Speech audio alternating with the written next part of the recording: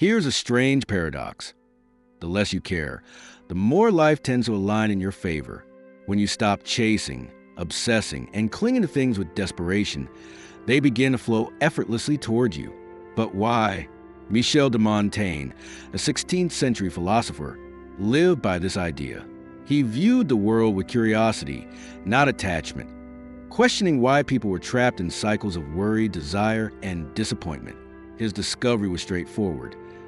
Our need to control everything makes us feel out of control. Picture this. You're frantically trying to impress someone, overanalyzing every word, text, and action to seem perfect. But in doing so, you appear stiff, anxious, and unnatural. Now, compare that to someone relaxed, confident, and simply enjoying the moment. Who's more appealing? This applies to all areas of life: money, relationships, success. The more you pursue something out of fear, the more it slips away. But when you release the outcome, stop forcing, and focus on being rather than striving, things align in ways you never imagined. Montaigne wasn't advocating laziness or apathy. He meant stop clinging. When you detach from needing things to go a certain way, you free yourself from stress, suffering, and the endless cycle of not enough. That's where true power lies. There's a curious psychological principle at work, the law of reversed effort. The harder you try, the worse the result. It's like trying to fall asleep. The more you force it, the more awake you stay. The more you strive to be confident, the more insecure you feel. The more you chase happiness, the more you notice your unhappiness. Montaigne believed in flowing with life, not fighting it. He saw that those who schemed, forced outcomes, and obsessed over every detail were often the most miserable. But those who stepped back, observed with detachment, and let go of every little desire found joy effortlessly. Think of a time you wanted something so badly it consumed you: a job, a relationship, or a specific outcome. Did your desperation push it further away? That's because clinging tightly operates from a state of lack, signaling to the world, I don't have this and I need it. The world responds in kind. Now, recall the opposite. Times when you weren't trying, when you didn't care as much, when you were just yourself. Opportunities, people, and experiences naturally came to you. Why? Because your energy shifted. Instead of forcing, you were allowing. Montaigne understood this deeply. The power of relaxed attachment. He didn't mean stop caring entirely. Just don't cling. Act, but don't strangle the outcome. Do your best, then trust that what's meant to happen will. Ironically, when you stop needing things to go a certain way, you unlock a strange power and things start working in your favor. There's an odd irony in life. The more you relax, the more control you gain. Not through gripping tighter, worrying, or micromanaging every detail, but by recognizing life's fluidity. It responds to energy, not desperation. Montaigne saw this firsthand, observing why some suffered endlessly while others found peace amid chaos. He realized most people are trapped in a mental prison of their own creation, believing happiness, success, or fulfillment is just out of reach. The more they chase, the further it moves. It's like trying to grab water in a lake. Squeeze too tightly, and it slips through your fingers. But hold your hand open, and the water pools naturally in your palm. This is a paradox of effort. The right effort feels effortless. It's about being, not doing. Most people get stuck thinking they must constantly strive, push, and worry, or they're failing. But Montaigne's philosophy says otherwise. Loosen your grip, and life flows in your favor. Look at the most successful, charismatic, fulfilled people. They don't seem desperate or forceful. They move with ease, certainty, and presence. Not because they don't care, but because they've mastered detachment. Detachment doesn't mean stopping effort. It means letting go of controlling everything, overthinking outcomes, and letting fear drive your actions.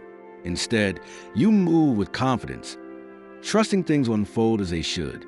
This mindset shift frees you from stress, anxiety, and frustration. When you stop needing something to happen, you create the conditions for it to happen. Those who grasp this live on a different level.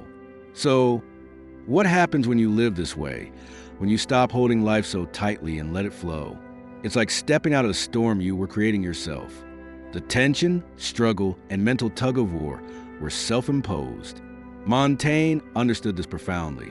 He saw how people craft their own suffering by obsessing over what they can't control, replaying conversations, worry about others' opinions, stressing about the future, or clinging to past mistakes.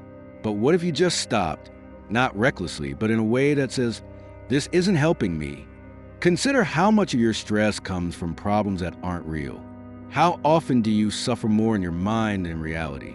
Montaigne believed most struggles stem not from life, but from resisting it. When you stop fighting reality, you gain a strange kind of power. Take relationships.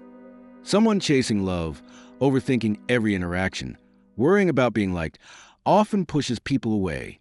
Neediness repels, desperation signals lack. But when someone lets go, stops overanalyzing, and enjoys being themselves, everything changes. They become magnetic, attracting others effortlessly. This principle applies everywhere. Think of a time you were truly present, maybe in a deep conversation, lost in a creative project, or immersed in a challenge. You weren't forcing it or obsessing over the outcome. You were just there, and because of that, you did your best work. Montaigne believed life favors those who cease forcing outcomes. He observed that people who live with humor, lightness, and a readiness to flow rather than dominate thrived. They weren't perpetually frustrated by life's unpredictability because they didn't demand to conform to their expectations. Here's the paradox. The more relaxed you are, the more life delivers what you desire. The universe responds not to struggle but to harmony. When you navigate life without clutching, you open space for things to arrive naturally. Success, relationships, creativity, opportunities. They flow when you stop pursuing them like a frantic hunter and start attracting them like a magnet. Montaigne's insight reminds us that ease isn't laziness, and letting go isn't surrender. It's a strategy, a superpower. Those who grasp to stop battling the current and learn to glide with the wave. Now, things get truly fascinating. If letting go brings clarity, control, and even success, why do most struggle with it? Why do we grip control so tightly, even when it worsens things? It boils down to one thing: the illusion of certainty. Your brain craves patterns, predictable outcomes, and familiar things, even if they cause misery. It prefers clinging to painful familiarity over stepping into the unknown. That's why people stay in toxic relationships, endure harmful workplaces, or repeat self-destructive habits. Not because they don't want better, but because their brain whispers that the familiar is safer. Montaigne saw this in his era too. He noticed people clung to comforting beliefs rather than liberating truths. He wrote that our greatest suffering stems not from events, but from resisting what is. Consider this. When you embrace the unknown, life becomes playful, not stressful. Instead of viewing uncertainty as a threat, you see it as an open-ended game, one where you're free to experiment, adapt, and pivot. Take artists, entrepreneurs, or innovators. History's most successful weren't those who controlled everything, but those who mastered adaptation. Rigid control leads to failure. Fluidity fosters growth. Look at Leonardo da Vinci.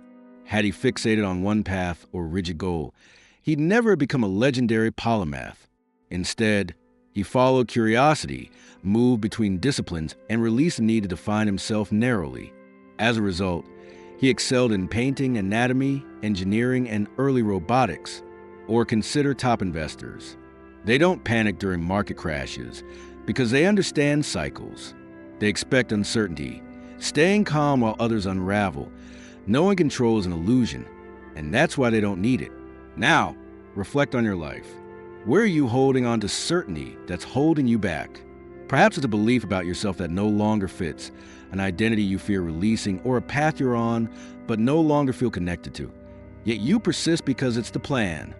Montaigne said, "A man who fears suffering is already suffering from what he fears." We don't fear reality. We fear losing the illusion of control. When you stop forcing a specific outcome, something powerful shifts. You stop reacting and start responding. Instead of chasing, you attract. Instead of resisting, you adapt. Instead of seeing life as something to conquer, you co-create with it. Montaigne wasn't just philosophizing. He was offering a life blueprint, a way to move through the world without tension, unnecessary suffering, or constant mental battles. Because ultimately, certainty is an illusion, but your ability to adapt is real. The more you embrace that, the freer you become. Here's the paradox. When you stop chasing control, life flows in your favor. Not because some mystical force rewards your surrender, but because your mind stops sabotaging itself. Think about stress's impact. The more anxious you are, the worse you perform. Public speakers who obsess over perfection freeze on stage. Athletes fixated on winning choke under pressure. In relationships, the tighter you cling, the more likely someone pulls away. It's a recurring pattern. Grip too hard, and you break what you're holding. But when you relax, things align effortlessly. Montaigne understood this deeply. He saw people living in constant fear of loss, failure, judgment, or the unknown. But he realized fear itself, not the things feared, was a true enemy. If you've ever stopped caring about others' opinions, you know this feeling. When you stop filtering yourself, conversations flow naturally. When you stop forcing ideas, creativity surges. When you stop needing something, you often get it. Why is this so hard? Because we're taught control equals safety. We're told life must be planned, measured, predictable, that uncertainty is dangerous, letting go reckless. But look at the happiest, most successful people. They don't control everything.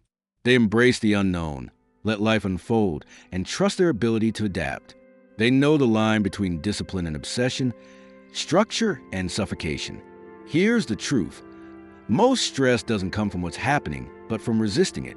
It's the mental tug of war between what you want and what is, the internal battle of this shouldn't be. But it already is. So shift your perspective. See uncertainty not as a threat, but as an invitation, a chance to play with life, to create, pivot, and adapt without losing yourself. When you stop forcing life into your vision of how it should be, you start experiencing it for what it is. And in that space, everything falls into place. If this struck a chord, leave a comment below. What's one area of your life where letting go changed everything? And if you want more content like this, hit subscribe so you don't miss what's next.